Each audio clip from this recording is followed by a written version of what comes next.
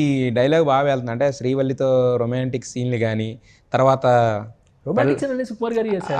తర్వాత కంప్లీట్ గా ఆయన విజువలైజేషన్ కంప్లీట్ గా సుకుమార్ గారిదే. ఓకే, అదిను అదే పెళ్ళం మాట వింటే మొగుడు ఎలా ఉంటుందో చూపిస్తా, ప్రపంచాన్ని చూపిస్తా అంటాడు కదా.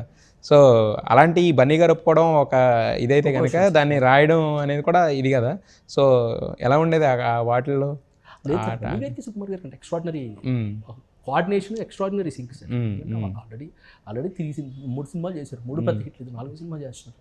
సో 4 సినిమాలు చేసేసరికి మీకు ఒక కోఆర్డినేషన్ వచ్చేస్తుంది. బాండింగ్ నాకు కూడా సుకుమార్ గారితో కోఆర్డినేషన్ ఏంటి సార్, నేను ఆల్రెడీ 6 years ఆయనతో ట్రావెల్ చేసాను. నేను రంగస్థలానికి కూడా పనిచేశాను, అంటే ఫుల్ ఫ్లెడ్జ్డ్గా పనిచేయలేదు రంగస్థలానికి, I was on the French, కానీ నేను రంగస్థలానికి కూడా వర్క్ చేసి వర్షన్ రాశాను. సో నాకు ఇప్పుడు 6 years ట్రావెల్లో మీకు తెలిసిపోతుంది కదా ఆయన ఏం నచ్చుతుంది, ఆయనకి ఏం నచ్చదు, ఆయనకి సీన్ ఎలా చెప్తే ఇష్టపడతారు, ఎలాంటి సీన్ ఆయన మనం కన్విన్స్ చేయలేము, ఆయన మనకు తెలుస్తుంది కదా. మనం సీన్ రాసేటప్పుడే మనం ఆయన సెన్సిబిలిటీస్ మెంటో పెట్టుకుని సీన్ రాస్తాం. అదే డైరెక్టర్ సుకుమార్ గారు కాకుండా వేరే డైరెక్టర్ రాసేటప్పుడు ఆయన సెన్సిబిలిటీస్ రాస్తాం.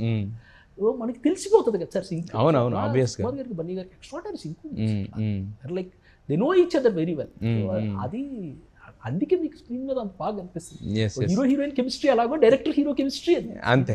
కిసిక్ కూడా అంతేనా, అలాగే వచ్చిందేనా ఆయన ఐడియాలజీనా? కిసిక్ అని వస్తుంది కదా ఫోటో, సాంగ్ అని కదా అసలు. ఫోటో తీసినప్పుడు క్లిక్ అనేది మనకి చిన్నప్పటి నుంచి ఉండదు, కిసిక్ అనేది కొత్తగా పెట్టారు కదా, అది కూడా ఆయన వర్డింగేనా కిసిక్ అని ఉంటుంది అని చెప్పేసి.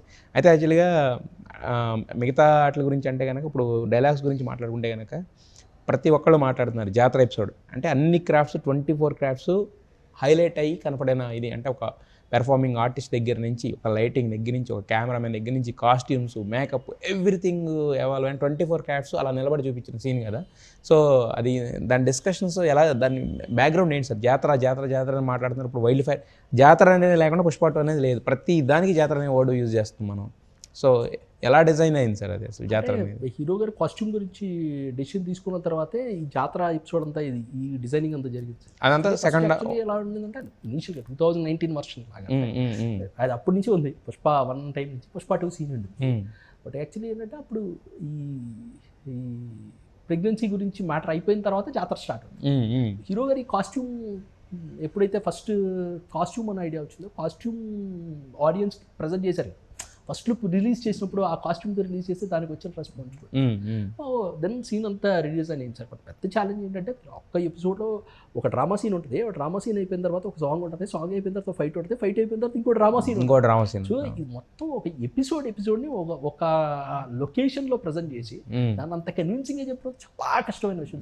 అదే లొకేషన్ అన్ని జరిగిపోతాయి, డ్రామా సీన్, ఫైట్, సాంగ్, మళ్ళీ ఇంకో డ్రామా సీన్. అది పెద్ద ఛాలెంజ్